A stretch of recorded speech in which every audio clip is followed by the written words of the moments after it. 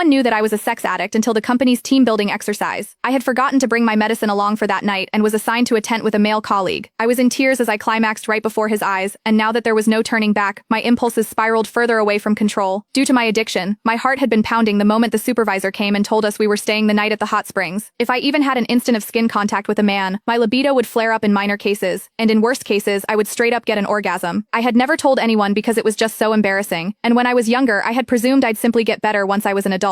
That was until I realized the symptoms were getting even more out of control, and there was that one time I almost moaned out loud in public. Fighting back the embarrassment that almost killed me, I went to the doctor and got some medicine. However, I had forgotten to bring my medicine, as this team-building exercise was organized out of the blue, and very far from my home, even as I fought against the fear eating me inside, warning myself to restrain myself and stay well behind. Our supervisor suddenly announced, "Sorry guys, all the rooms have been booked, but we have tents. There aren't many, so we're just going to have to make do. Ruth, you're going to Dean's tent." And that was how we got to the situation right now. Me, a sex addict with no meds within reach, following the burly man into the tent. I did my best to keep to a corner in the tent, biting my lip and closing my eyes while telling myself to fall asleep as soon as I could before the last dosage lost effect. But that was when Dean came to me. "What's wrong?" he asked. I could feel his body warmth from my back, and my skin was already crawling. "Nothing. I'm fine. Please, just stay away from me." But even as the stimulation extended from my skin to the rest of my body, I knew the pain was coming. I checked my phone and only saw that it was midnight, 6 hours since I had last taken my pills. It was losing effect soon. Soon my whole body was shuddering, while there was a warm stream gushing out between my legs. I kept my head buried between my legs and did my best not to look at Dean. People would mock me for being a skank if they noticed my condition, and I couldn't bear to stay in the company at that point. Meanwhile, Miles Hendricks, the other colleague in the tent, was already snoring out loud. I kept clenching my knuckles, my own nails digging into my palm. The pain calmed me somewhat, and I told Dean, "Sorry, I'm not distancing myself. I'm just not feeling well." Never could I have expected Dean to move toward me without another word, reaching out with his large warm palm and pressing it over my forehead. Even as he held his palm steady, I found myself staring at his chest and nothing else. I could also see that distinct collarbone and chiseled chest under his shirt. I seemed to tighten at the very next second, and orgasmed amid my embarrassment, and the ensuing moan could barely be stifled. Worst of all, I was trembling even worse after I orgasmed, and Dean could clearly feel me shaking. "That's strange. Why are you so flushed? You don't even have a fever," he murmured, not giving up feeling my forehead and cheeks just then. I trembled even more and turned my face away, but it was the back of the tent right behind me. Having nowhere else to go, I clenched my jaw so I wouldn't moan again, even as I decided I couldn't stay in this sealed room when